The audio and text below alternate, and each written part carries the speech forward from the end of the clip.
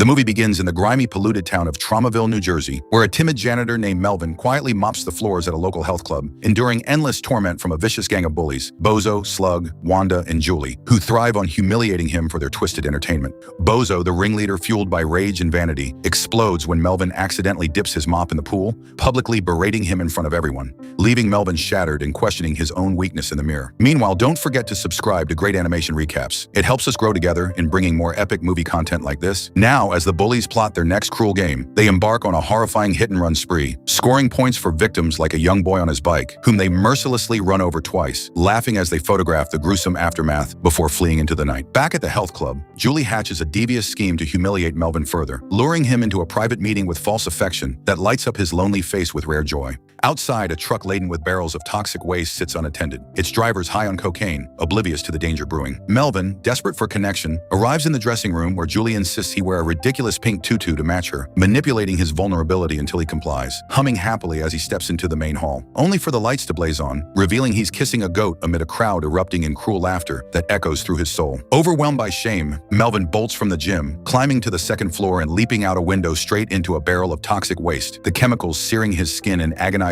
waves as the bullies and onlookers mock him from afar. Flames erupt when a police officer touches him, and Melvin, now ablaze and mutating, flees in terror, his body convulsing with unnatural changes. Locking himself in his bathroom at home, he watches in horror as his skin bubbles, muscles swell, and his reflection transforms into something monstrous, taller, stronger, senses sharpened, while his oblivious mother assumes he's finally experiencing adulthood and smiles proudly outside the door. Rejected and alone, Melvin flees home, wandering to a desolate riverbank before seeking refuge in an abandoned toxic waste facility, where he crafts a makeshift shelter from scraps, placing his mother's photo nearby as he collapses into uneasy sleep. That evening, in a shadowy corner of Tromaville, the corrupt criminal Cigar Face attempts to bribe an honest police officer, only to torture him with a lit cigar when refused, until Melvin bursts in, his mutated power unleashed in a brutal assault that shatters noses, gouges eyes, and sends Cigar Face fleeing in panic, leaving the grateful officer to recover his weapons as Melvin vanishes into the night. The next day, the officer recounts the monstrous savior at a press conference, sparking widespread buzz that infuriates the corrupt Mayor Bulgoody,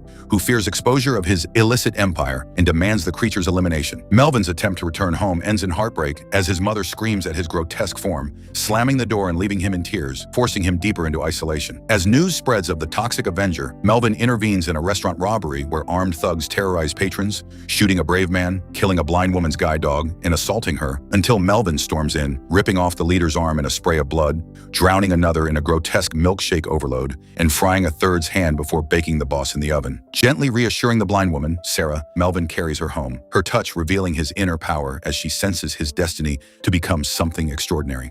Reporters quiz a scientist who explains Melvin's toxic transformation granted him superhuman strength and an innate drive to combat evil, drawing him to danger like a magnet. At the health club, Melvin crashes a drug deal tied to the mayor, pulverizing the frenzied dealer in a swift, fatal clash that leaves the gym in chaos. In a seedy alley, Melvin encounters a human trafficker peddling a young girl, igniting a furious battle where he dismantles the armed gang with raw fury, ensuring the child's safe return home amid the carnage. The next morning, as Bozo and Slug resume their reckless driving, nearly striking two children, Melvin yanks the kids to safety, inspiring him to perform small acts of kindness, like guiding an elderly woman across the street, that gradually earn him adoration from the town's youth, who sport t-shirts emblazoned with his heroic image. Melvin's rising popularity dismantles the mayor's criminal network, prompting a desperate ambush by Cigar Face and his thugs, who open fire only for Melvin to turn their chaos against them, causing friendly fire casualties. Later, when harassers surround Sarah on the street, her cry for her boyfriend summons Melvin, scattering the cowards in terror. That evening, in their hideout, Sarah cooks pancakes for Melvin,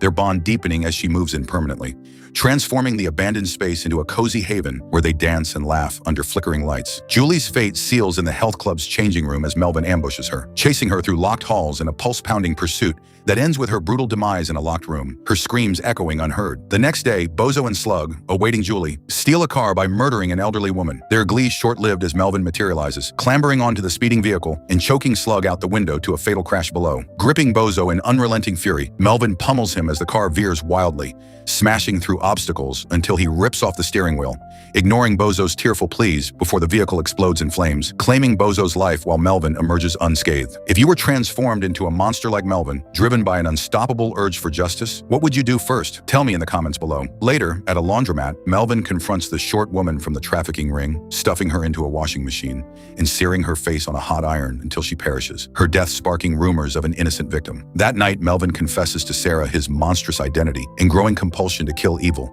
fearing he'll lose control and harm the innocent, prompting her to suggest fleeing to a quiet farmhouse for peace. They pack and depart Tromaville hand in hand, seeking solace far from the chaos. In the mayor's office, an emergency meeting reveals the innocent woman's trafficking ties, but the mayor silences the chief, vowing Melvin's destruction to protect his secrets. At a press conference, the mayor brands Melvin a menace threatening the town's economy, granting the police chief full authority to hunt him down, igniting a station-wide reluctance as officers defend Melvin's heroism in saving lives. A leaked plan to kill him reaches locals at an ice bar, where adults and children rally, proclaiming him their protector against criminals. The police mobilize with dogs and gear, spotting Melvin camping peacefully with Sarah, alerting the mayor who summons the National Guard. Military vehicles and troops swarm Tromaville, heightening tensions as townsfolk unite in fear for Melvin's safety, gathering to shield him. At the camp, police and tanks form a blockade, backed by an armed crowd of civilians wielding sticks, while the mayor arrives to shouts, demanding Melvin's protection as their savior. The chief demands surrender, soldiers priming weapons, as Melvin emerges with Sarah, joined by his mother and children, who defiantly stand guard, vowing to die before letting harm come to him. Melvin pushes them back confidently, assuring his safety, his unyielding presence convincing officers to lower weapons in respect for his past deeds, easing the standoff.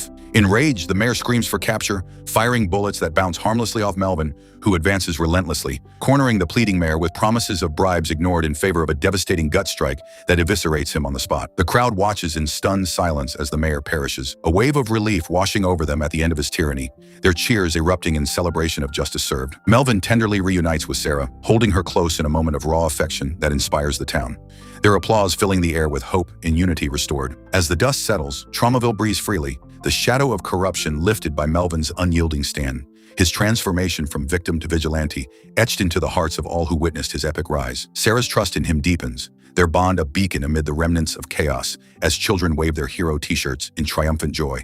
The National Guard stands down, acknowledging the true threat's defeat, while police officers exchange nods of gratitude toward the monster who repeatedly saved them from the brink. With the mayor's empire crumbled, Tromaville's streets pulse with newfound safety, whispers of Melvin's deeds spreading like wildfire, immortalizing him as the guardian who turned toxic horror into heroic legend.